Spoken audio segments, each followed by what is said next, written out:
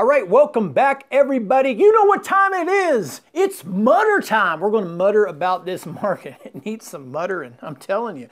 This is weekly stock market mutterings for the week ending on February 25th. It's a wild one. It is a wild one out there. Like I've been saying the last couple of weeks, we went from like the most peaceful and docile market in the history of the world to this schizo thing we've got going on over here. But hey, it's providing some like amazing opportunities out there. I mean, you got to stay on your toes, but you catch these ranges on some of these stocks. I mean, they're giving you $2, $3 moves. I mean, we saw some enormous stuff like in Tesla this week, huge moves in Tesla, Netflix, and a couple others. We're going to talk about those. So let's just kind of start out as we always do, looking at the market. It was kind of just, I think we're going through a period right here where it's trying to figure out what its real big next move is going to be, because you've been going on and off. You've had some huge days and some sell days, but what you've had is a pattern here where mostly this week, or the last week I should say, was made up of rips in the morning followed by fades. You've got a couple up here if you look at the intraday charts here. We had a lot of buying, a lot of breakouts, a lot of movement early in the markets and with a lot of stocks, followed by these huge fades that came in there. It was also a Fed week. So where we left off last week is we built from the flush going down to the 50 moving average, then bouncing up. And I said, I think we need to back test a little bit. So you started to see that early on this week. Market was trying to back test there. It was looking like it was just going to fade right out there, thinking maybe people were thinking, hey, we're going to fade one more time. But no, man, right there late on Friday, it just, I don't know. I was like, already with no brain cells left here, and I was just operating on air, just trying to keep from slobbering. I was so tired, but man, this thing just ripped and everything went with it. So let's move forward and talk about stuff, because what's in the past is in the past.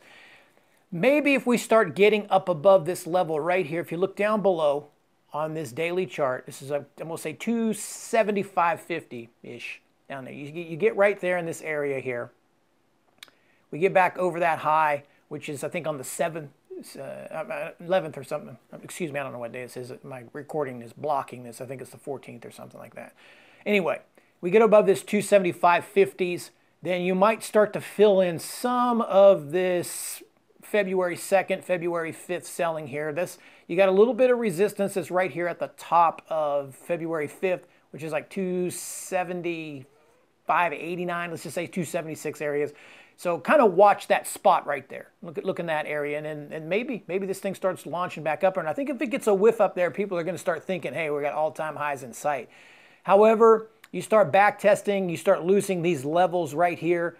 270 flat is a pretty important level. That's now the 10 moving average on the daily chart, followed by the near lows on, that would be Wednesday and Thursday. So watch that. So your range right now is to the downside. You start losing this 270, then we could see some heavy selling. They start breaking out above 275s, then possibly you start filling in some of this gap. Who knows? It can go either way. It's been a wild market. Really, it's just been a day-by-day thing, just picking out your shots. So we're going to talk about some stock ideas here that I think we can make a little bit of money with. I'm going to start out with Netflix.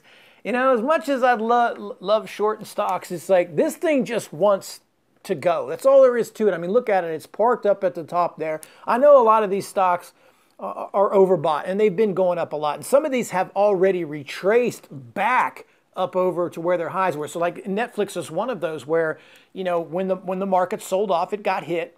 But, as the market didn't make a new high, this thing is now bounced, and it's like as if nothing ever happened. It's really trading right back there it was before the market sell-off. And for the last few days, you've been just flirting around here with this upper area of 285.70s, where it just kind of closed here. You can see a little bit here on Friday aftermarket just hanging out there. If this thing goes over that high and breaks, it's going to break out. I mean, it's not a guarantee. Obviously, this is stock trading. Anything can happen. But, man, this is probably just going to break out. Whether it's a short-term breakout, that's what we kind of saw with NVIDIA. It popped up over the high there and then just immediately retraced and went on this sell-off. So let's watch this. I think it's good for some cash. You got to trade there. Maybe it's not a swing trade or something you can fall in love with and hold to 300 or something like that. But as a trader, you look for a breakout. If you got a nice, tight, clean setup, it's not the very first move in the morning, maybe a small red to green or a nice pop over there. I think as Netflix has got some juice to it here. Definitely want to be watching that early. Also, we're going to move to quad. I kind of I want to give this one a go here on the short side. I'm starting to wonder, though, as to whether or not it's going to be good for a day trade or something you're going to have to hold for a day or two because of the volume and the fact that it's just a little bit, the range is kind of out of it. You got a big range here after earnings, but since midday on Thursday, it's just kind of been pretty tight in its range. But when you're looking at it, it was running up 3-4 days prior to earnings. So really what we're looking at is a move that's gone from 20 to about 31 here in just a very short period of time. RSI-wise, that's very high.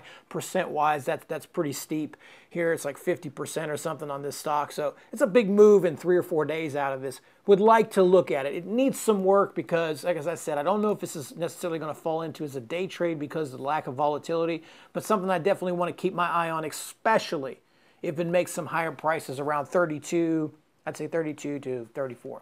We'll move on to WB, another one I want to put over here. If the market continues to stay strong, here's another one that's kind of just been doing its own thing. Got a nice flag you're building over here, nice consolidation over the last 4 or 5 days worth of trading. You got an upper area here of 141.59, just say 140, 141.60s, 142s. Watch that area. If this thing gets going, you start to get some momentum in some of these names again. You start to see some pressing here early. Watch this thing. Just like Netflix, it starts taking out these daily highs. These things have tendencies, or at least lately, they've definitely had the tendencies to go a lot higher. On the other hand, OLED. Man, OLED was once a superstar. I mean, this thing was once a huge stock. I mean, look at the run that it had last year, from 130 to 200 bucks. It was monstrous, and it's just done nothing but go down. And then their earnings were a disappointment this week. And here you are with a $25 down day. I mean, this thing is a mess. I'm kind of looking at this as a possible long for a short-term bounce, just because it's down so much. Now, we've talked before, that doesn't mean it's going to bounce. And for it to bounce, that doesn't mean that's going to be my first trade. I'm just loading up on OLED right now. Don't make no mistake, no way. It has to do some setting up. I think when you get an earnings misser like this, they usually take about 3-4 days to shake everyone out, to settle themselves down, and make another run. Take a look at Walmart. Walmart was another one there, got hit pretty bad. And, it takes a couple days. You got a lot of institutions that hold stuff like this. They liquidate positions. It takes a little while. But, maybe we're starting to border a pretty good